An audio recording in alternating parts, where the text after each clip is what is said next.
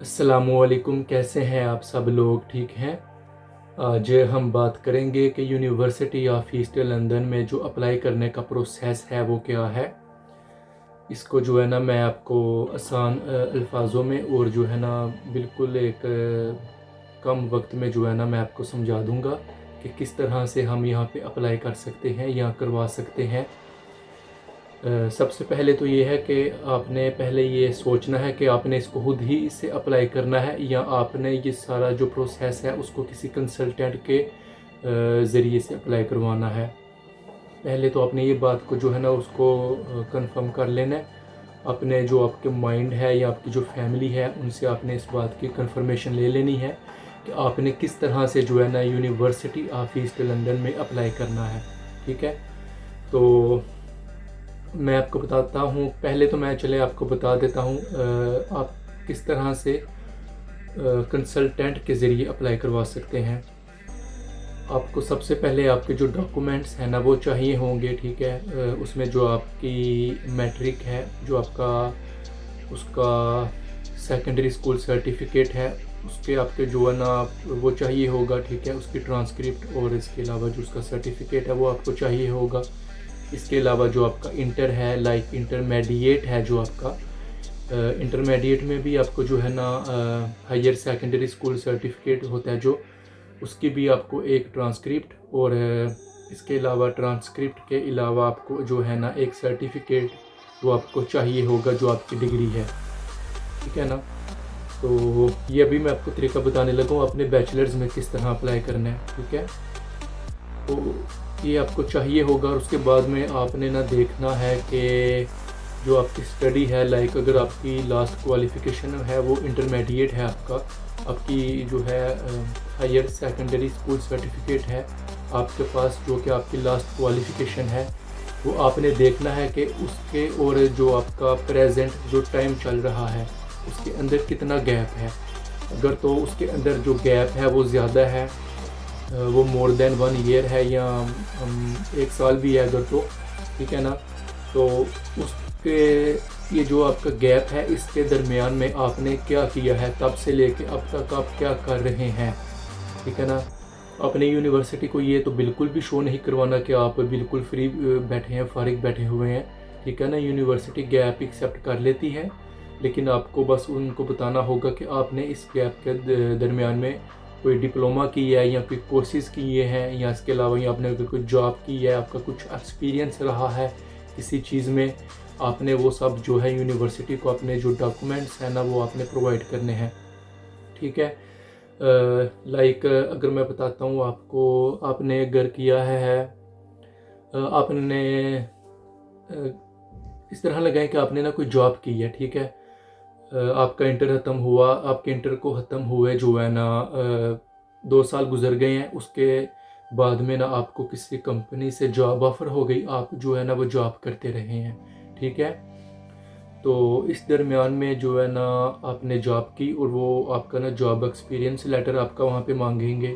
ठीक है, और इसके अलावा जहाँ पे आप जॉब कर रहे हैं वहाँ से एक लेटर बनवाना पड़ेगा आपको, जो कि इस बात की कंफर्मेशन करेगा कि आप वाकई में जो है ना वहाँ पे एक एम्प्लॉय हैं। ठीक है, जो भी आपकी वहाँ पे पोस्ट होगी, आप ना उस पोस्ट पे आप उनकी कंपनी में काम कर रहे हैं। एक आपको ये जो है ना लेटर चाहिए होगा लाजमी। ठीक है, तो सबसे पहले आपकी आ गई मैट्रिक की डिग्री, उसके बाद में आ गया आपका जो है ना इंटरमीडिएट, उसकी डिग्री आ गई, और उसके बाद में अगर तो आपका गैप नहीं है तो फिर आपको कुछ भी नहीं चाहिए। अगर तो आपका गैप है, ठीक है ना, तो फिर आपको जो है ना आपके जो सपोर्टिंग डॉक्यूमेंट्स हैं जो कि आपके जॉब से रिलेटेड होंगे, ठीक है, या आपने कोई डिप्लोमा किया, जो भी आपने किया, ठीक है ना, वो आपको चाहिए होगा लाजमी, ताकि यूनिवर्सिटी को पता चले कि आप जो है ना फ्रेश स्टूडेंट हैं। और अगर तो आप स्टूडेंट नहीं भी हैं तो आपने अपनी डिग्री से रिलेटेड जो है ना वो जॉब की है। ठीक है ना, तो यूनिवर्सिटी को इस बात का आइडिया हो जाए कि आप ज़िम्मेदार इंसान हैं। ठीक है ना, और अपने फ्यूचर को लेके आप जो है ना काफ़ी ज़्यादा सिक्योर हैं, आपको पता है कि आप क्या कर रहे हैं और आपने पहले क्या किया है। यूनिवर्सिटी को इस बात की कंफर्मेशन जो है ना वो लाजमी चाहिए होती है। ये मैंने आपको जो है ना सब कुछ डिटेल में बताया कि किस तरह से आपने जो है ना वो सब ये डॉक्यूमेंट्स जो है ना आपने कंप्लीट करने हैं।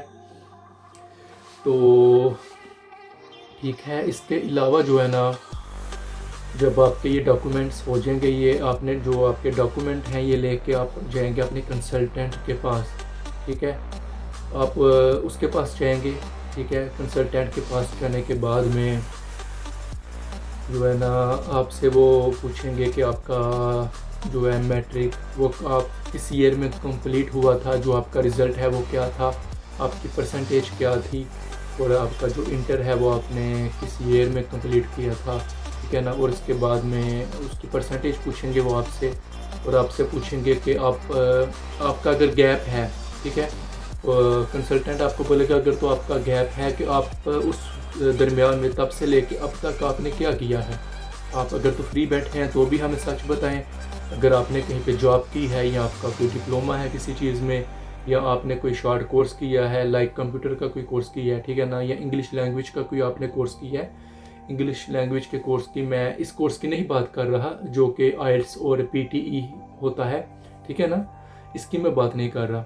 एक जिस तरह भी ELC भी है, इंग्लिश लैंग्वेज क्लब, ठीक है ना, वहाँ पे जो है ना वो शॉर्ट कोर्सेज करवाते हैं इंग्लिश के। जो भी आपने किया होगा आपने सच वहाँ पे बताना है, कोई छुपाने की ज़रूरत नहीं आपको। अगर तो आपका 5 साल का भी गैप है फिर भी आपने वहाँ पे बताना है, बिल्कुल सच। और जो आपकी जेन्युइन डिग्रीज़ हैं आपने वही उनको देनी है। ठीक है, तो कंसल्टेंट आपसे ये पूछेगा, आपसे ये डॉक्यूमेंट्स जो है ना वो मांगेगा, आपने इसको डॉक्यूमेंट जो है ना आपने दे देने हैं। चलें, इस वीडियो में ना मैं अभी जो है ना काफ़ी लंबा हो जाएगा ये जो प्रोसेस है मैं जो आपको बताने लगा हूँ, तो इसमें हम बात कर लेते हैं सिर्फ जो है ना हमारा कंसल्टेंट के, अगर उसके ज़रिए से हमने अप्लाई करवाना है तो वो हम किस तरह करवाएंगे। ठीक है ना, पहले तो मैं कह रहा था कि मैं आपको डायरेक्ट भी बता दूंगा कि हम किस तरह अप्लाई कर सकते हैं, लेकिन परेशान मत होइएगा, मैं आपको इसका भी बता दूंगा। ठीक है ना, अब जो आने वाली वीडियो है उसमें मैं बता दूंगा। तो फिर जो है आपने कंसल्टेंट को अपने डॉक्यूमेंट्स जो है वो आपने दे देने हैं। ठीक है, डॉक्यूमेंट्स की जो है सबमिशन करने के बाद में आपने क्या करना है, उनसे बात करनी है सारी कि ये मेरे डॉक्यूमेंट्स हैं और मैं, ठीक है, इस यूनिवर्सिटी में जो है अप्लाई करना चाहता हूँ, तो आप जो है मेरी ना हेल्प करें इसमें। ठीक है, तो आप जब उनको अपने डॉक्यूमेंट्स दे देंगे, देने के बाद में वो आपसे पूछेंगे कि आपने कोई टेस्ट किया है, लाइक आपने आइल्स का या फिर इंग्लिश PTE का एक टेस्ट होता है, पियर्सन टेस्ट इंग्लिश, जिसको कि हम ये कहते हैं। बहुत से लोगों को ये भी नहीं पता इससे बनता क्या है, लेकिन हम इसको ये इससे ना ये बनता है PTE stands for Pearson test English. ठीक है, ये बेसिकली टेस्ट जो है ना ये मैं ये भी बता देता हूँ, ये जो टेस्ट है ये ऑस्ट्रेलिया है ना जो, ये उनका है। ठीक है, वो उसको हम कहते हैं PTE एकेडमिक, और अगर आपने UK आना है तो उसके लिए आपको करना पड़ेगा PTE UKVI। इससे बनता है Pearson test English United Kingdom visa immigration. ठीक है, तो इस सब के बाद में जब आप वो पूछेंगे आपने कहना है जी मैंने टेस्ट किया। अगर तो आपने नहीं किया होगा तो बी श्योर कि आप ना पहले टेस्ट कर लें, ताकि जो है ना आपका जो भी वीज़ा प्रोसेस है, आपकी जो सब कुछ आसानी से हो, जिनको भी पता चले कि आपका जो प्रोसेस है वो कितना लंबा चलेगा। ठीक है ना, उनको भी इस बात का आइडिया हो जाए कंसल्टेंट को, और वो आपसे जो है ना खुल के बात करेंगे। और इसके अलावा ये है कि जो है ना आपने मेक श्योर कि आप पहले ना टेस्ट कर लें आइल्स का या PTE का, ताकि अगर तो आपका इस यूनिवर्सिटी में मेरिट ना भी बन रहा होगा तो आपका जो कंसल्टेंट है वो आपको ना जिस भी कंट्री में आप जाना चाहते हैं और कंट्री के अंदर जिस शहर में आप जाना चाहते हैं उस शहर के अंदर जो यूनिवर्सिटीज़ हैं, ठीक है, वहाँ पे वो जो भी आपकी पॉसिबिलिटीज़ बनती हैं तो वो आपको बता देंगे कि अपने जो आपका जो स्कोर है, आपकी जो मैट्रिक का रिज़ल्ट है और आपका जो इंटर का रिज़ल्ट है, आप अपने परसेंटेज के साथ आपकी जो फुल क्वालिफ़िकेशन है आप इसके साथ आप इस यूनिवर्सिटी में हम आपका ट्राई कर सकते हैं। और यहाँ से होप्स हो कि आपका जो है ना लेटर हमें मिल जाएगा और हमें चांस है यहाँ पे कि आपको जो है ना यहाँ पे एडमिशन मिल सकता है। ठीक है, तो इसीलिए सबसे पहले मैं तो यही कहूँगा कि आप ना पहले अपना टेस्ट जो है इसको कंप्लीट करें, ठीक है। उसके लिए आप जो है ना वो चेक कर लें कि आपने कहाँ से जो है ना ये करना है, जो है आपका जो टेस्ट है आपका, आपने किस इंस्टीट्यूट से करना है, ठीक है। पीटीई का ये है कि आप मैं तो बोलूँगा कि आप फिज़िकल क्लासें ले लें, लेकिन जो है ना इसमें ये भी है कि उन इसका हम ऑनलाइन भी कर सकते हैं, लेकिन मैं तो यही कहूँगा कि आप ना फिज़िकल क्लासेस ले लें ताकि ना आपको हर चीज़ का आइडिया हो जाए कि किस तरह से सारा ये प्रोसेस है, किस तरह ये काम करता है। क्योंकि ये जो है ना एक एआई बेस्ड टेस्ट है, आपके आगे कुछ मतलब कि कोई इंसान फिजिकली नहीं बैठा होता। आपने ये जो टेस्ट है ना कंप्यूटर के ऊपर ही करना होता है। आइल्स का भी इस तरह एक टेस्ट है, वो आपको एक कंप्यूटर के ऊपर होता है।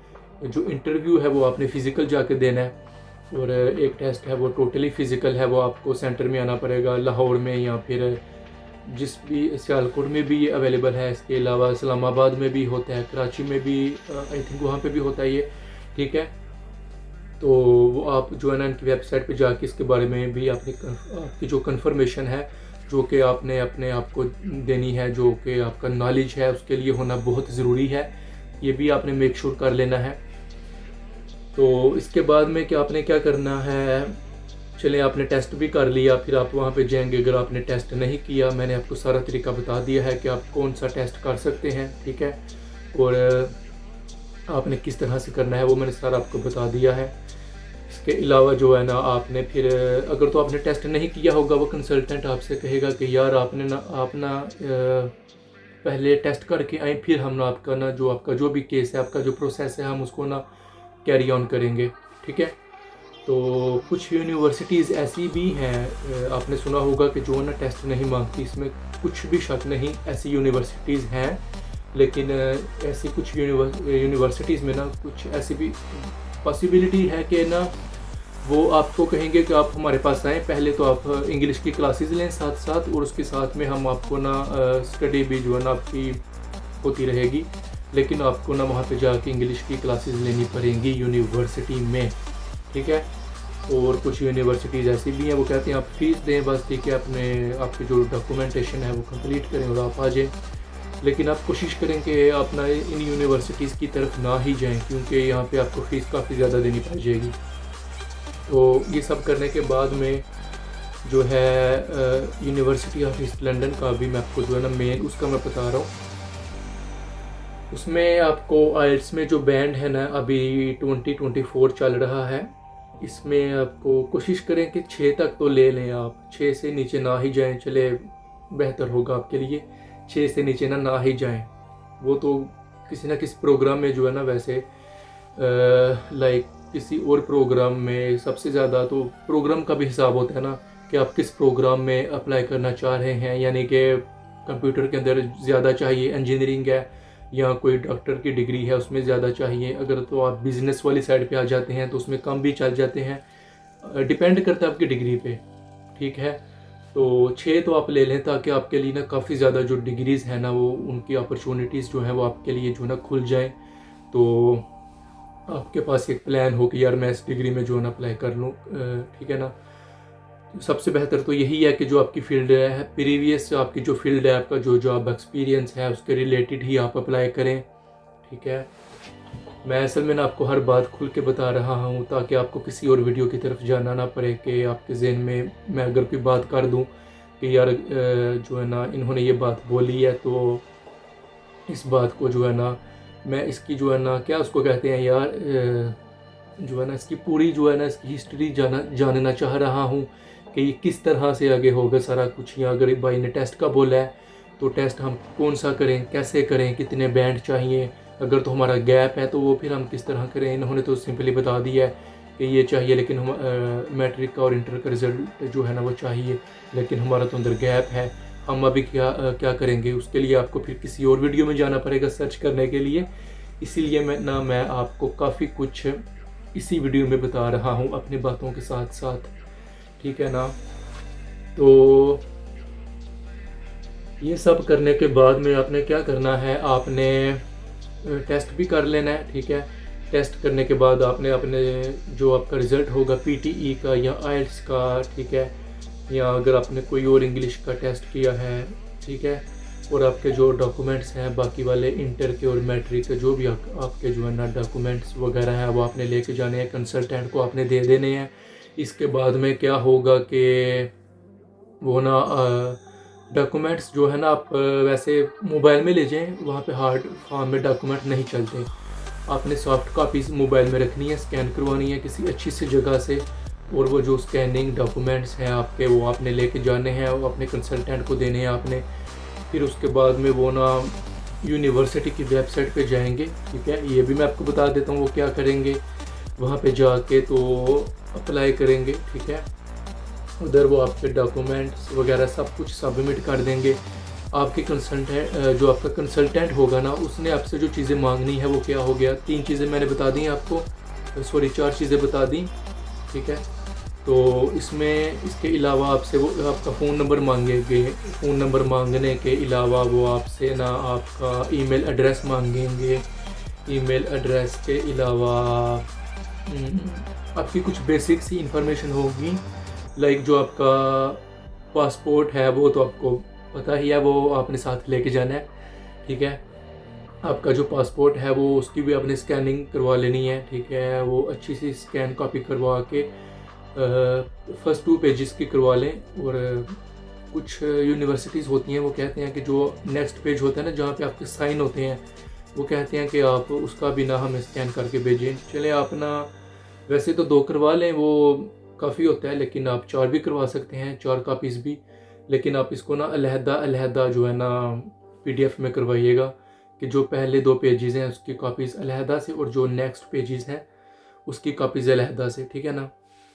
तो ये करवाने के बाद में आपने क्या करना है, इसके अलावा आपका जो ID कार्ड होगा, ठीक है, जो आपका नेशनल कार्ड होता है, जो आपकी कंट्री में जिस भी कंट्री में आप रहते हैं उसकी आपकी जो है ना नेशनैलिटी होती है वो, तो आपने ना उसकी भी कॉपी करवा लेनी है, वो भी वहाँ पे मांगते हैं। तो ये सब जो डॉक्यूमेंट्स हैं आपके डॉक्यूमेंट्स आपने कंसल्टेंट जो होगा आपकी तमाम के तमाम डॉक्यूमेंट्स वहाँ पे अपलोड कर देगा। डॉक्यूमेंट अपलोड करने के बाद में वो ना यूनिवर्सिटी ना एक ईमेल आपको भेजेगी कि हमें आपके जो डॉक्यूमेंट हैं वो रिसीव हो गए हैं, तो नेक्स्ट जो है ना हम आपसे विद इन 1 to 2 वीक्स के अंदर हम आपसे जो है ना कॉन्टैक्ट करेंगे, जो भी आपकी एप्लीकेशन है उसके रिलेटेड जो हमारा प्लान है हम आपको ना कॉन्टैक्ट करेंगे, ठीक है।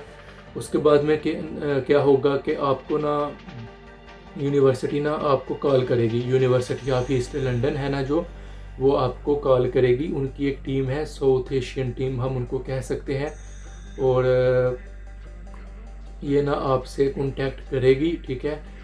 आपने जो अपना नंबर दिया होगा अपने कंसल्टेंट को, वो आपको जो है ना डायरेक्ट यूनिवर्सिटी से कॉल आएगी, और ये कॉल ज़्यादातर आपको व्हाट्सएप पे ही आती है। और ज़्यादातर तो यही होता है कि ना आपको रैंडम आप बैठे हैं, आपको पता ही नहीं, तो पहले तो आपको वो ईमेल कर देते हैं कि हम ना बहुत ही 3 से 4 दिन के अंदर ना हम आपसे कांटेक्ट करेंगे, हमारी टीम है वो आपसे एक छोटा सा इंटरव्यू जो है ना वो लेगी, ठीक है। तो वो जो आप इंटरव्यू दे देंगे उनको, तो चलिए उससे पहले मैं बता देता हूँ आपको, इंटरव्यू से पहले यूनिवर्सिटी आपको या तो ईमेल कर देगी या तो डायरेक्ट ही ना यूनिवर्सिटी आपको जो है ना आपकी एप्लीकेशन रीड कर लेगी सारी, ठीक है। तो आपको ना वो कॉल कर लेंगे, आपको नहीं पता होगा आप लाइक कहीं पे बाहर जा रहे हैं या घर में बैठे हैं या आप सो रहे हैं, जो भी है आपको कॉल आ जाएगी। जो कॉल है वो ज़्यादातर आती है व्हाट्सएप के ऊपर आएगी आपको कॉल, पहले एक मैसेज आएगा, मैसेज के तकरीबन आई थिंक 20 to 30 सेकेंड्स के बाद ना आपको कॉल आ जाती है। और अगर तो आप कॉल अटेंड नहीं कर सकते, लाइक अगर आप कहीं पे बिज़ी हैं, तो आपने ये नहीं करना यार मैंने कॉल नहीं उठाई तो अभी क्या होगा, ठीक है ना, अभी तो मुझे यूनिवर्सिटी कॉल नहीं करेगी, ऐसा नहीं है, आप उनको दोबारा से कॉल कर सकते हैं, ठीक है ना, आप उनको दोबारा से कॉल कर सकते हैं। और अगर आप कॉल करने में जो है होता है ना इंसान को कुछ प्रेशर आता है, यार मैं कॉल करूँगा क्या हो जाएगा मुझसे, कुछ यानी कि गलत ना हो जाए, तो अगर तो आपके जहन में कुछ ऐसा वैसा है तो फिर आप क्या करें, आप जो है ना आप उसमें उनको ना एक मैसेज कर दें कि मैं ना इस वजह से आपकी कॉल नहीं था उठा सकता, सॉरी नहीं था उठा सका, तो अभी ना मैं अवेलेबल हूँ, आप मुझे कॉल कर सकते हैं जब भी आप करना चाहें। तो यूनिवर्सिटी है ना आपसे कांटेक्ट कर लेगी। इसकी आपने बिल्कुल टेंशन नहीं लेनी कि UEL जो है ना वो उसने आपको कॉल की और आपने नहीं उठाई और आपको जो है ना उसमें अभी आप क्या करेंगे, ऐसा आपने बिल्कुल नहीं सोचना, ठीक है। इन सब के बाद में यूनिवर्सिटी आपको एक कॉल करेगी, कॉल जब आपको एक ईमेल आएगी, अगर तो ईमेल नहीं भी आएगी फिर भी आपको कॉल आ सकती है। कॉल आने के बाद में वो आपसे ना कुछ बेसिक क्वेश्चंस पूछेंगे, आपकी एप्लीकेशन के जो आपके एप्लीकेशन के होंगे ना, जो भी आपने उनको अपनी डॉक्यूमेंट वगैरह जो भी आपने उनको लाइक आपने जो SOP लिखी है जो भी है उसके रिलेटेड ना आपसे वो क्वेश्चन पूछेंगे सिंपल, ठीक है। आपकी जो एप्लीकेशन है उसके रिलेटेड ही क्वेश्चंस होंगे वो सब। तो उसके अंदर आप ये वो ना आपसे ये भी पूछ सकते हैं कि आपने हमारी यूनिवर्सिटी को चूज़ क्यों किया है, या अगर तो आपका गैप है तो आपने उसके दरमियान में क्या किया है, ठीक है। इसके अलावा जो है ना अगर तो आपने अप्लाई किया है हमारी कंट्री के अंदर UK में, ठीक है, यूनाइटेड किंगडम के अंदर आपने अगर अप्लाई किया है तो क्यों किया है, आपने कोई और कंट्री क्यों नहीं चूज़ की लाइक ऑस्ट्रेलिया, कनाडा, इसके अलावा अमेरिका, आपने इन कंट्रीज़ की तरफ जो है ना अप्लाई क्यों नहीं किया, इसका रीज़न क्या है। और अगर तो हाँ आपने यहाँ पे अप्लाई किया है तो आपने इंग्लैंड ही क्यों चूज़ किया है। अगर आपने इंग्लैंड चूज़ किया है, इंग्लैंड चूज़ करने के में आपने जो है ना आपने इसमें जो है सॉरी ये माफ़ कीजिएगा, बाहर ना वो कंस्ट्रक्शन का काम चल रहा है तो वो अंदर उसकी कुछ थोड़ी बहुत आवाज़ आ रही है, और जो ना मेरी विंडो वो भी ओपन है अभी इस वक्त, तो इसका थोड़ा ना आप इग्नोर कीजिएगा। अच्छा, तो जो है ना मैं बता रहा था कि अगर आपने उन्होंने कहना कि अगर आपने इंग्लैंड चूज़ किया है तो आपने जो है ना इसमें आपने लंदन ही क्यों चूज़ किया, ठीक है। उसके बाद आप उन्होंने आपसे पूछना है कि चलिए आपने ये भी चूज़ किया है, आपने जब रीज़न है ना जो आपका उनको बता देना है। तो वो आपसे पूछेंगे कि यहाँ पे तो काफ़ी ज़्यादा यूनिवर्सिटीज़ हैं, हार्टफोर्डशायर है, रेवंसबोर्न यूनिवर्सिटी है, ठीक है, और काफ़ी ज़्यादा यूनिवर्सिटीज़ हैं यहाँ पे, टॉप क्लास की यूनिवर्सिटीज़ हैं, लेकिन आपने यूनिवर्सिटी ऑफ ईस्ट लंदन को ही क्यों चूज़ किया है यहाँ पे। तो मेक श्योर कि आप ना जब आपकी एप्लीकेशन वो आपका कंसल्टेंट सबमिट कर देगा यूनिवर्सिटी को, तो आपने साथ ही इसकी तैयारी जो है ना वो आपने रखनी है कि ये क्वेश्चंस आपसे हो सकते हैं। बेसिक क्वेश्चंस भी वो आपसे पूछेंगे लाइक जो आपकी ईमेल है या आपका नेम है या आपकी जो डेट ऑफ बर्थ है, और आपने किस कोर्स में अप्लाई किया है, ये भी आपने ना इसका भी आपने जो है ना श्योरिटी ले लेनी है कंसल्टेंट से कि उसने आपका किस कोर्स में अप्लाई किया है। अगर तो कुछ लोग असल में होते हैं वो ना कंसल्टेंट को बोल देते हैं यार आप कहीं पे भी अप्लाई कर दें, मैंने बस बाहर जाना है, ठीक है, मैंने यूनिवर्सिटी में स्टडी करनी है, किसी में भी अप्लाई कर दें। वो फिर क्या होता है अचानक से उनको कॉल आ जाती है, उनको कुछ भी नहीं पता था, ठीक है ना, उनको बस ये पता होता है कि मेरा नाम जुनैद है, ठीक है, जिस तरह भी मेरा नेम है जुनैद। फ़र्ज़ करें मैंने ही ऐसा बोल दिया, मुझे कॉल आ गई, मैंने उनको ये तो आंसर कर दी है कि मेरी ईमेल जो है वो ये है। कुछ कंसल्टेंट तो आपसे ईमेल भी नहीं मांगते, वो अपने से ही कुछ ईमेल बना के दे देते हैं और उसका भी आपको पता नहीं होता, आपको श्योरिटी नहीं होती कि आपकी ईमेल एड्रेस जो है वो वहाँ पे क्या है, ठीक है। अभी उन्होंने मुझसे पूछा कि आपका नेम क्या है, मैंने कहा जुनैद। उन्होंने कहा कि आपकी डेट ऑफ बर्थ है वो क्या है, मैंने कहा जी ये मेरी डेट ऑफ बर्थ है, वो तो मुझे पता है, ठीक है। जब उसने पूछा आपसे कि आपका जो कोर्स है वो कौन सा है जिसमें आपने अप्लाई किया है, ठीक है, आपने तो कंसल्टेंट को बोल दिया कि अप्लाई कर दें कहीं पे भी, बस हो जाए कहीं पे यार, हो जाए बस कहीं पे भी, तो वो जो है ना मुझे मुश्किल हो जाएगी। मैंने कहना यार फिर मैं इन द एंड मैं उसको क्या बोलूँगा कि मेरा जो कंसल्टेंट है उसने ही मेरा अप्लाई किया, मैं नहीं जानता मेरा सब्जेक्ट क्या है, इसीलिए यूनिवर्सिटी आपको उसी वक्त रिजेक्ट कर देगी। मेक श्योर कि आपको पता हो कि आपका जो है ना सब्जेक्ट कौन सा है, कौन से जो कोर्स में आपने अप्लाई करवाया है, ठीक है।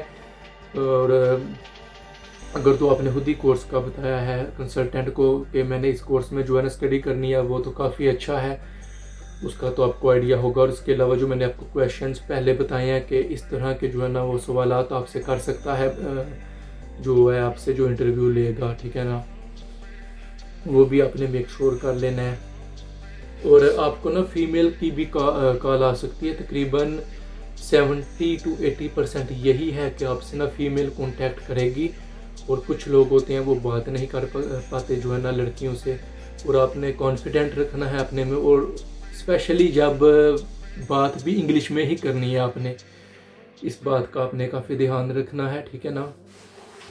तो फिर आपने ना उसको पास करना है। जब आप उसको इंटरव्यू आप कर देंगे तो वो ना आपको बोलेंगे, लाइक जिस तरह अभी मैंने इंटरव्यू दिया था ना, मुझे तो उन्होंने बोल दिया था कि हमने आपसे जितने क्वेश्चंस किए हैं, ठीक है ना, आपने बिल्कुल अच्छा आंसर किया है, और हम मेक श्योर हैं कि हम जो है ना अभी डायरेक्ट आपको कोई कॉल नहीं आएगी।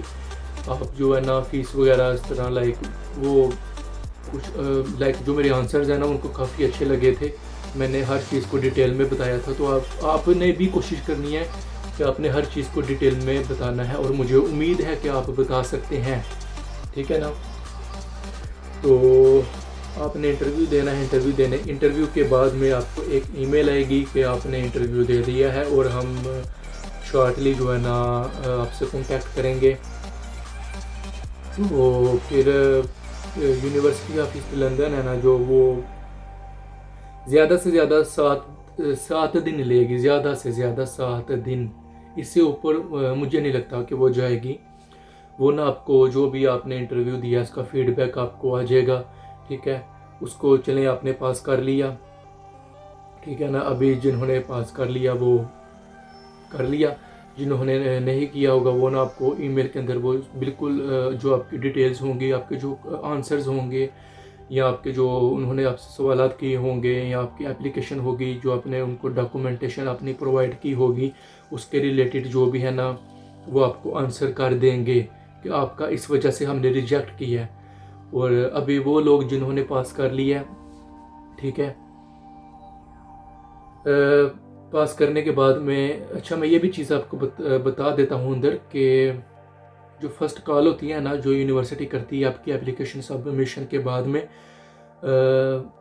90% तो ये है कि आपको कॉल आएगी, ठीक है ना, 90% यही है। लेकिन 10% ये भी है कि वो आपको हो सकता है कि कॉल ना आए, जो है ना आपको कॉल वो ना आए, ठीक है। लेकिन ये सिर्फ 10% है, 90% यही है कि कॉल आपको आनी ही है। तो अब अभी आपने ना इसको पास कर लिया इंटरव्यू को, उसके बाद में आपका कंसल्टेंट कहेगा आपको कि आपने ना फीस जमा करवानी है। आपको ना यूनिवर्सिटी की तरफ से एक नीचे लिंक होगा, वो ना आपका होगा पोर्टल होगा, ठीक है। वो पोर्टल होगा आपका, जिसमें कि आपकी इन्फॉर्मेशन लिखी होगी, आपका जो केस है, ठीक है, उसके बारे में डिटेल होगी, आपकी पर्सनल इन्फॉर्मेशन, आपका इस कोर्स के बारे में जो है, आपका जो डिग्री कितनी देर की है, ये सब कुछ उसके अंदर लिखा होगा, ठीक है ना। तो फिर आप उसी पोर्टल के ज़रिए से आपका जो केस होगा ना वो आपका कंसल्टेंट नेक्स्ट जो है ना वो कैरी ऑन करेगा। तो आपने जब भी फीस जमा करवानी होगी, मेक श्योर कि आप ना आपकी जो क्लासेस हैं, आप क्लासेस से 1 महीना पहले ना फीस जमा करवा दें, ठीक है ना, वो बेहतर। ज़्यादा से ज़्यादा अगर आपने खींचना है ना तो क्लासेस जब आपकी स्टार्ट है उससे आप 1 महीना पहले जो है ना अपनी फ़ीस जो है जमा करवा दें, ठीक है। तो वैसे आपको जो है ना डेडलाइन यूनिवर्सिटी दे देगी। कभी कभी ऐसा भी होता है कि क्लासेस से ना 2 महीने पहले ही वो डेडलाइन दे देते हैं, अगर तो उनको काफ़ी ज़्यादा लोग फीस जमा करवा रहे होते हैं। डिपेंड करता है ना, आप भी समझदार हैं, समझ गए मैं क्या कहना चाह रहा हूँ।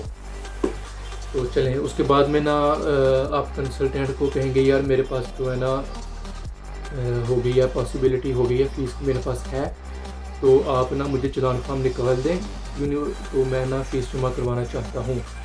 अगर तो आपने इंटरव्यू पास कर लिया है ना, उसके बाद में ये भी है कि आपको ना यूनिवर्सिटी कोई कंडीशन लगा के भेज देगी कि जी आपका जो है ना इंग्लिश लैंग्वेज का कोर्स जो आपने टेस्ट किया वो कम है, या आपका जो है ना मैट्रिक का जो है रिज़ल्ट वो जो हमारा क्राइटेरिया है उसमें वो फिट नहीं बैठ रहा, ये कम है, या इस तरह का कुछ वो जो है ना कंडीशन वो लगा सकते हैं आपके ऊपर कुछ ना कुछ। लाइक ये भी आ सकती है कि अगर तो आपका सब कुछ ठीक है वो आपको कह सकते हैं कि जो आपकी स्कैन कॉपीज़ है ना वो अच्छी नहीं है, यानी कि उसका जो स्कैन है वो अच्छा नहीं है, वो अपना हमें दोबारा से प्रोवाइड कर दें। ज़्यादातर जो कंडीशन लगती है वो यही लगती है कि आपका जो है ना रिज़ल्ट इंग्लिश लैंग्वेज टेस्ट का वो अच्छा नहीं है, ठीक है ना। आप दोबारा से टेस्ट दे के तो जल्दी से तो हमें जो आपका न्यू रिज़ल्ट है वो हमें आप अपना प्रोवाइड करें, ठीक है। तो इंटरव्यू पास करने के बाद में आपको ये रिजेक्शन भी आ सकती है, जिसको हम कहते हैं कंडीशनल लेटर। यूनिवर्सिटी आपको ना एक कंडीशनल लेटर देगी, आप उसको क्लिक करेंगे, नीचे जो भी आपकी जो है ना कंडीशन होगी वो आपको वहाँ पे आ जाएगी। और अगर तो आपकी कंडीशन आएगी ना, तो आपने फ़ीस वगैरह वो नहीं आपने सोचना, ठीक है। वो मैंने उनके लिए बताया कि जिनको अनकंडीशनल लेटर आ गया है। तो पहले आपने उनकी जो कंडीशन है उसको आपने पूरा करना है, उसके बाद में यूनिवर्सिटी आपको जो है ना अनकंडीशनल एक लेटर देगी, उसके नीचे ना एक PDF होगा, तो PDF होगा नीचे, यहाँ पे ना HTML की एक फ़ाइल होगी, तो उस पर आप क्लिक करेंगे तो वो डायरेक्ट जो है ना आपका अनकंडीशनल लेटर होगा उस पर आपको ले जाएगा।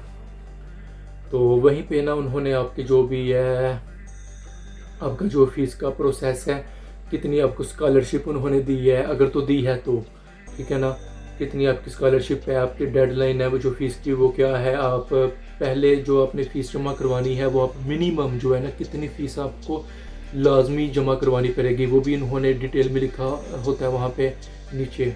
आप बिल्कुल नीचे जाएंगे ना, नीचे से थोड़ा सा ऊपर बस वहाँ पे सब जो है ना डिटेल वगैरह आपको वहाँ पे मेंशन होंगी, ठीक है। तो वहाँ पे ये भी है कि अगर आप फुल फीस जमा करवाएंगे तो आपको कितनी स्कॉलरशिप मिल जाएगी, लाइक अगर आप कितना डिस्काउंट मिल जाएगा स्कॉलरशिप का, तो सबसे पहले ही लिखा होगा जो है ना आपके नेम के नीचे लिखा होगा आपका एक रेफरेंस नंबर या आपका रोल नंबर होगा, वो ऊपर लिखा होगा, ठीक है।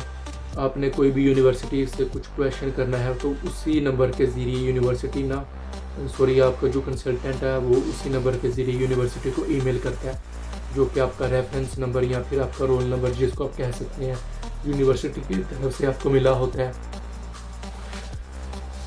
तो ठीक है, वो आपने देख लेना कि आपके जो है ना एक्सपेंसेस कैसे हैं। आपने अगर फर्स्ट इंस्टॉलमेंट अगर आप जमा करवाना चाहते हैं, ज़्यादातर जो स्टूडेंट हैं ना वो पहले फर्स्ट इंस्टॉलमेंट है वो जमा करवा देते हैं, उसके बाद में जो है ना वो बाकी की जो फीस होती है वो यूनिवर्सिटी में आके जब उनका वीज़ा लग जाता है वो यहाँ पे आके ठीक है ना कुछ अर्सा यहाँ पे गुजार के फिर वो जो बाकी की फ़ीस होती है वो जमा करवा देते हैं। तो ये भी है कि अगर आप को स्कॉलरशिप मिल जाएगी, ठीक है, उसके बाद में अगर यूनिवर्सिटी ने आपको फ़ीस दे दी है तो उसके अंदर अगर आप फुल फ़ीस जो है ना जमा करवा देते हैं, नीचे मेंशन होता है कि अगर आप इस डेट से पहले फ़ीस जमा करवा देते हैं फुल, तो उस पर भी हम आपको मज़ीद जो है ना 5% discount university of east London जो है ना वो दे देती है, ठीक है।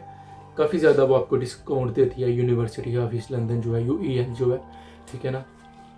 तो ये भी करवाने के बाद में ठीक है वो आपने कंसल्टेंट से कहना है कि अभी जो है ना आप मुझे फ़ीस जो है ना वो जो मेरा चलान फार्म है वो मैं अभी इतनी फ़ीस जमा करवाना चाहता हूँ, तो इसके अकॉर्डिंग जो चलान फार्म है ना वो आप जो है ना निकाल के दे दें, तो जो है ना मैं इतनी फ़ीस अभी पे कर दूँगा।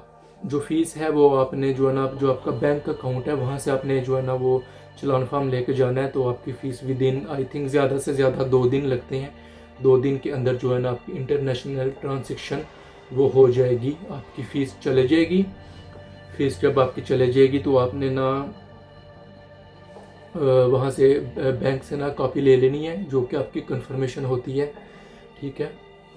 तो वो कॉपी लेने के बाद आपने वो जो कॉपी है बैंक से लेके, तो आपने ना वो दे देनी है अपने कंसल्टेंट को। वो जो आपकी कॉपी होगी वो कॉपी आगे से ना आपका जो कंसल्टेंट है यूनिवर्सिटी को भेज देगा। आपका जो कंसल्टेंट है वो कॉपी यूनिवर्सिटी को वहाँ पे ना जो आपका पोर्टल होगा, जो कि मैंने बताया कि आपको न्यू मिलेगा, जो भी आपको ईमेल आएगी नीचे ना उन्होंने अटैच किया होगा उसका लिंक, या PDF फॉर्म में होगा या HTML फाइल में होगा वो, ठीक है।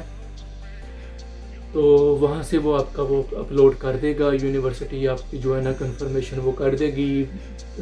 4-5 दिन के अंदर वो कंफर्मेशन कर देगी कि आपने ना फीस जमा करवा दी है। उसके बाद में आपने क्या करना है, आपको ना एक मिल जाएगा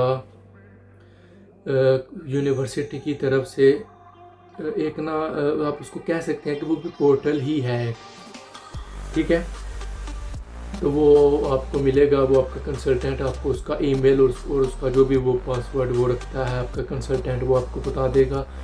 तो वहाँ पे जो आपके डॉक्यूमेंट्स हैं ना वो वहाँ पे अपलोड होंगे। उसके बाद में आपका जो है ना TB टेस्ट होता है, आपने वो भी करवा के वहाँ पे अपलोड करना है, ठीक है। तो वो अपलोड करने के बाद में जो है ना नीचे एक नीचे ना एक ऑप्शन होगा, एक आपका वहाँ पे इंटरव्यू होगा ऑप्शन। उसमें ना आपने वो आपसे यूनिवर्सिटी क्वेश्चंस करेगी। सबसे पहले तो आपने वो इंटरव्यू कंप्लीट करना है, ठीक है। यूनिवर्सिटी आपसे क्वेश्चंस करेगी कि वो ना आपको जो क्वेश्चंस के आंसर्स होंगे, सॉरी माफ़ कीजिएगा मैं बोल बोल के ना थक गया हूँ। तो जो ना आपने जो आंसर्स लिखने हैं वो ना आपने बोलने नहीं है वहाँ पे, वो ना जब आप वहाँ पे जाएंगे जो आपके आंसर्स होंगे ना वो आपने वहाँ पे टाइप करने हैं। टाइप करके आपने सबमिट करता जाना है, जो भी आपने आंसर करना है वो आपने वहाँ पे उसको ओके कर देना है।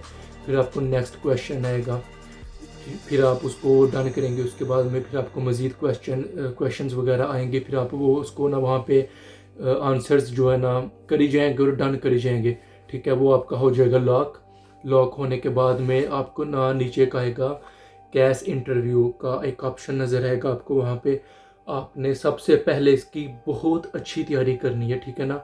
इसको आपने बिल्कुल भी मजाक में नहीं लेना, आपने ना इसकी काफ़ी अच्छी तैयारी करनी है। आपने जो कंसल्टेंट से मेक श्योर कर लेना कि जो भी आपको क्वेश्चंस वगैरह आ सकते हैं, इससे पहले ना जो यूनिवर्सिटी होती है ना आप उससे ट्रेनिंग भी ले सकते हैं वहाँ पे अप्लाई करके। वो आप कंसल्टेंट को बोल दीजिएगा, वो आपको वो कर देगा आपको, ठीक है ना। वो यूनिवर्सिटी से कांटेक्ट करेगा कि ना कैश इंटरव्यू से पहले ना हमारा जो है ना स्टूडेंट, ठीक है, वो ना एक ना मॉक इंटरव्यू देना चाह रहा है, तो आप ना उसका मॉक इंटरव्यू ले लें कैश इंटरव्यू से पहले, ठीक है। तो जो यूनिवर्सिटी की टीम होती है वो ना फिर आपको एक ईमेल करेगी कि आपने रिक्वेस्ट की थी, ठीक है ना। या तो ज़्यादातर तो ये भी हो जाता है कि यूनिवर्सिटी ना आपको खुद ही से ईमेल कर देती है। अगर तो आपने मॉक सेशन करना है तो आप यहाँ पे डन करें, ठीक है। वो आप ईमेल पे डन कर देंगे उनकी, जो आपको वो ईमेल भेजेंगे, तो आपका ना एक मॉक सेशन होगा, ठीक है। तो मॉक सेशन के बाद में वो यूनिवर्सिटी आपको कॉल करेगी। उसके अंदर जो है ना यूनिवर्सिटी आपको टाइम भी जो है ना वहाँ पे मेंशन करेगी कि किस वक्त जो है ना हम आपसे कांटेक्ट करेंगे। तो यूनिवर्सिटी ना आपसे मॉक सेशन लेगी। उसमें यह है कि आप पहला इंटरव्यू जब भी देंगे यूनिवर्सिटी की टीम को कैश इंटरव्यू की तैयारी के लिए, ठीक है ना। तो अगर तो आप उसको पास नहीं करते कोई बात नहीं है, ठीक है ना। आपने ये नहीं टेंशन लेनी कि आपको जवाबात वगैरह नहीं वहाँ पे आए, तो क्योंकि वो मॉक है, ठीक है ना, मॉक इंटरव्यू है वो, ठीक है। मॉक इंटरव्यू में फिर ये है कि अगर आप आंसर्स अच्छे नहीं देंगे तो यूनिवर्सिटी ना आपको एक और चांस देगी। आप अगर उसके अंदर भी मतलब कि सेटिस्फाई नहीं है, यूनिवर्सिटी भी बोलेगी यार हम जो है ना सेटिस्फाई नहीं हुए, आप जो है ना कैश इंटरव्यू अभी नहीं कर सकते, आप एक और दें। आप जो है ना एक और दे सकते हैं, आप 3 इंटरव्यू दे सकते हैं, 4 दे सकते हैं, ठीक है ना। जब तक आपकी तैयारी नहीं होगी, यूनिवर्सिटी आपसे इंटरव्यू लेगी और आपकी ना वो यूनिवर्सिटी तैयारी करवाएगी, ठीक है ना। जब आपको श्योरिटी हो जाए, ठीक है, आप इंटरव्यू दे सकते हैं। आप ऐसा भी कर सकते हैं कि अगर यूनिवर्सिटी आपको कहती है कि यार आपने ना इंटरव्यू अच्छा नहीं दिया, आपके कुछ क्वेश्चंस हैं, आप उसके ऊपर गौर करें, तो हम ना एक और आपसे सेशन करेंगे, तो उसके बाद में ना आप इंटरव्यू दीजिएगा, ठीक है। अगर यूनिवर्सिटी आपको ये बोलती है तो बेहतर तो यही है कि आप यूनिवर्सिटी को एक और इंटरव्यू दे दें, ठीक है। अगर आप फिर भी अगर आप तैयारी करते हैं, आप कहते हैं यार मेरे पास टाइम इतना नहीं है, ठीक है ना, लेकिन मैंने तैयारी की है और मैं श्योर हूँ कि मैं ना इंटरव्यू दे सकता हूँ, तो आपके पास ये ऑप्शन भी है कि आप यूनिवर्सिटी की जो टीम है ना उनको इंटरव्यू आप नहीं अगर देना चाहे तो ना भी दें। जो जो है ना आपका दूसरा इंटरव्यू होगा, सेकंड इंटरव्यू होगा, अगर तो आप नहीं देना चाहते वो भी आप ना दें। आप डायरेक्ट वहाँ पे जाके जो मैंने आपको बताया पोर्टल होगा, वहाँ पे जाके कैसे इंटरव्यू के ऑप्शन पे क्लिक करेंगे, वहाँ पे आएगा स्टार्ट पे क्लिक करेंगे। उसके बाद में ना वो आपका चेक करेंगे कि जो आपका माइक है वो चल रहा है, वो आपका चेक करेंगे, मेक श्योर कि आपके जो है ना आपकी वीडियो रिकॉर्ड हो रही है, ठीक है ना। वो सारा आपका इंटरनेट कनेक्शन वो चेक करेंगे।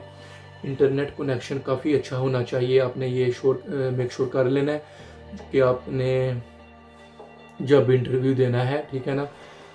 अभी जो भी है पीछे वो मैंने आपको बता दिया, ठीक है। अभी आप इंटरव्यू पे आ गए हैं, आपने स्टार्ट वगैरह सब कुछ कर दिया, तो आपने ये भी देखना है कि लाइट वगैरह उस दरमियान में बंद ना हो जाए, या आपका इंटरनेट कनेक्शन जो है ना वो उसमें कुछ एरर ना आ जाए, ठीक है ना।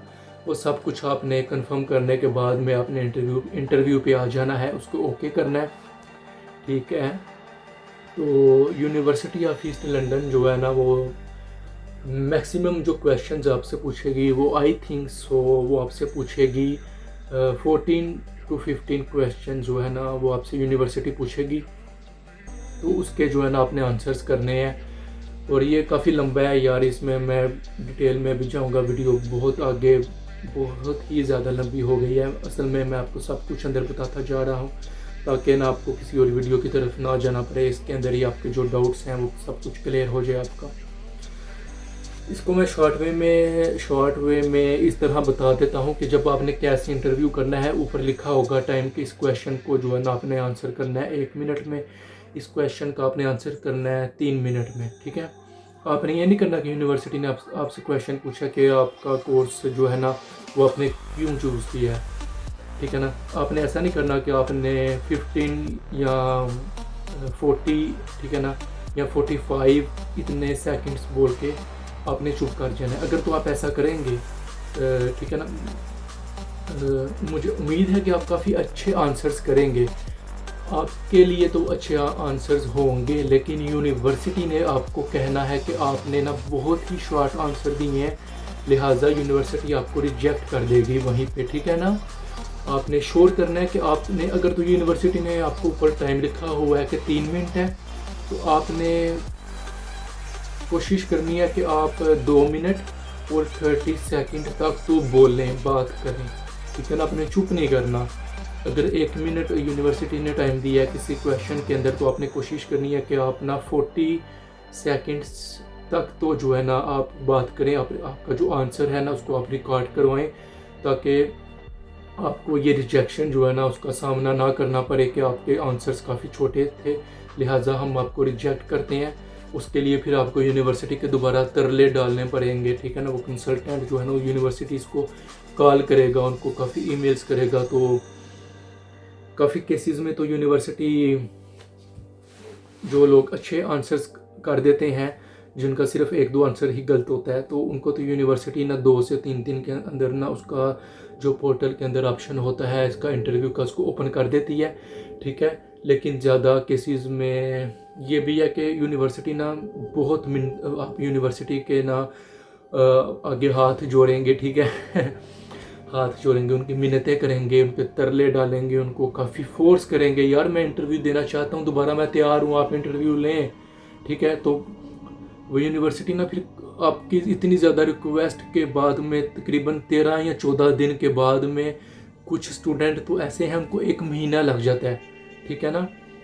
तो वो डिपेंड करता है कि आपके पास कितना टाइम है आपकी क्लासेस में, उस पे सब जो है ना ये डिपेंड कर रहा होता है, क्योंकि आपने आगे वीज़ा भी जमा करवाना है, सब कुछ करना है आपने, ठीक है। ओह, तो जब आपको यूनिवर्सिटी जो है ना इंटरव्यू आपने देना है, अच्छा इंटरव्यू देना है, ठीक है, अच्छे से बात करनी है। और इंटरव्यू देते वक्त आपने ना इधर उधर नहीं देखना। लाइक अभी देखें, मैं फ़र्ज़ करें इंटरव्यू दे रहा हूँ, ये देखें, आपने डायरेक्ट कैमरे की तरफ देखना है ऐसे, ठीक है। अगर आपने ऐसे किया,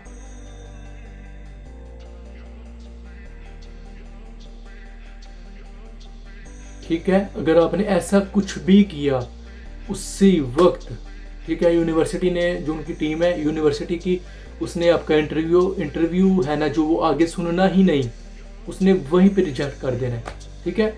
वो वो अब जब आप इंटरव्यू स्टार्ट करेंगे ना, ऊपर लिखा भी होता है कि अगर आपने कोई भी चीटिंग की या आपने इधर उधर देखा तो हम आपको उसी वक्त रिजेक्ट कर देंगे और आपका जो डिपॉजिट है आपने हमें दिया उसका लॉस हो जाएगा, ठीक है ना। तो वो जो है आपने नहीं देखना सारा कुछ।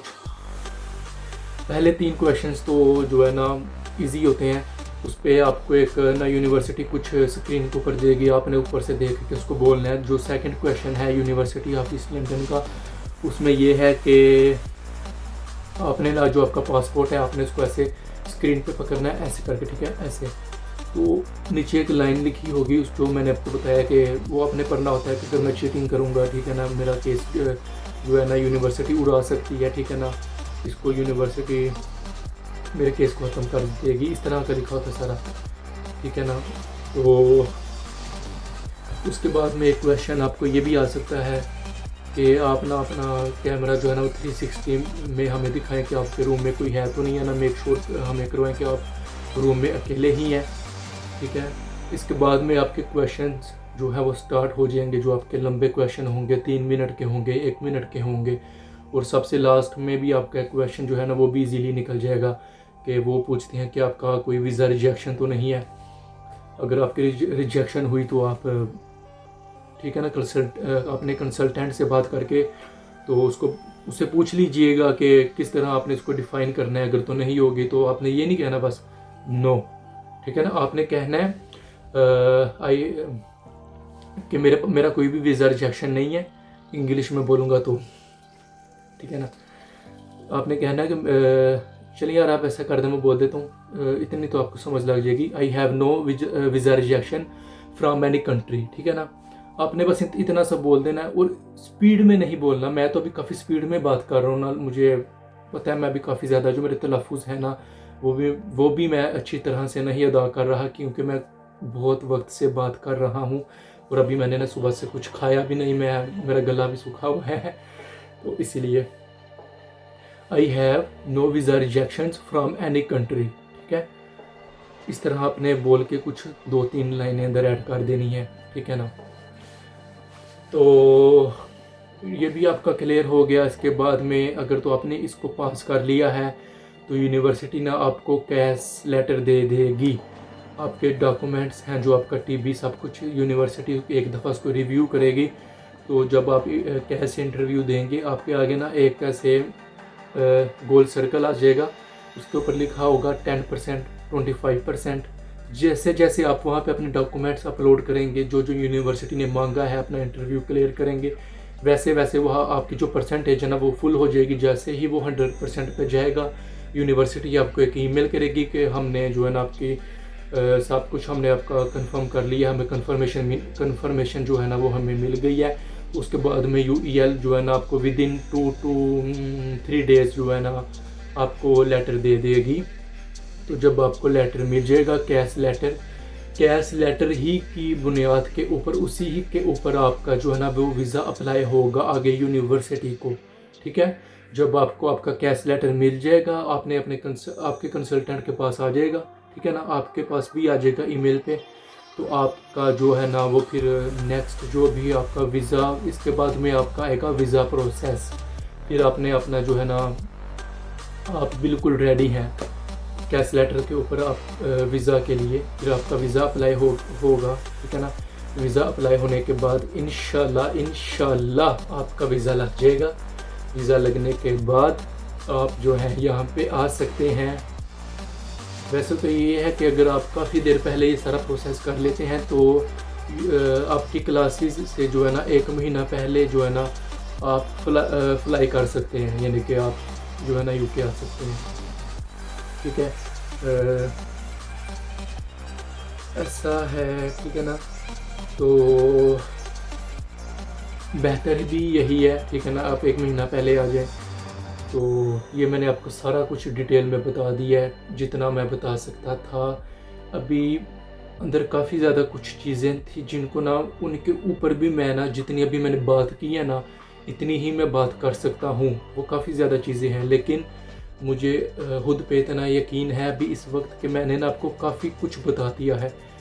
और मुझे काफ़ी उम्मीद है कि ना आपको किसी और वीडियो की तरफ जाने की ज़रूरत नहीं पड़ेगी, ठीक है। कंसल्टेंट का मैंने आपको सारा बता दिया प्रोसेस, कि आपने किस तरह से अप्लाई करना है, कैसे आपने आपकी जो सारी डॉक्यूमेंटेशन है वो किस तरह से आपने यूनिवर्सिटी को प्रोवाइड करनी है, कंसल्टेंट के साथ आपने कैसे बात करनी है, सब कुछ आपने मेक श्योर करने के बाद में इंशाल्लाह आपका सब कुछ हो जाएगा। तो अगर तो कुछ क्वेश्चन हुआ तो मुझे बताइएगा, ठीक है ना। मैं कोशिश करूँगा कि मैं उसको भी डिफ़ाइन कर दूँ, लेकिन मुझे उम्मीद नहीं कि कोई भी ऐसा क्वेश्चन होगा कि जिसका मैंने अभी आंसर ना किया हो। तो अपना बहुत सा ख्याल रखिएगा, ठीक है ना। अल्लाह हाफिज़। और आपको तो पता है, आप हैं तो हम हैं तो चल रही है गाड़ी।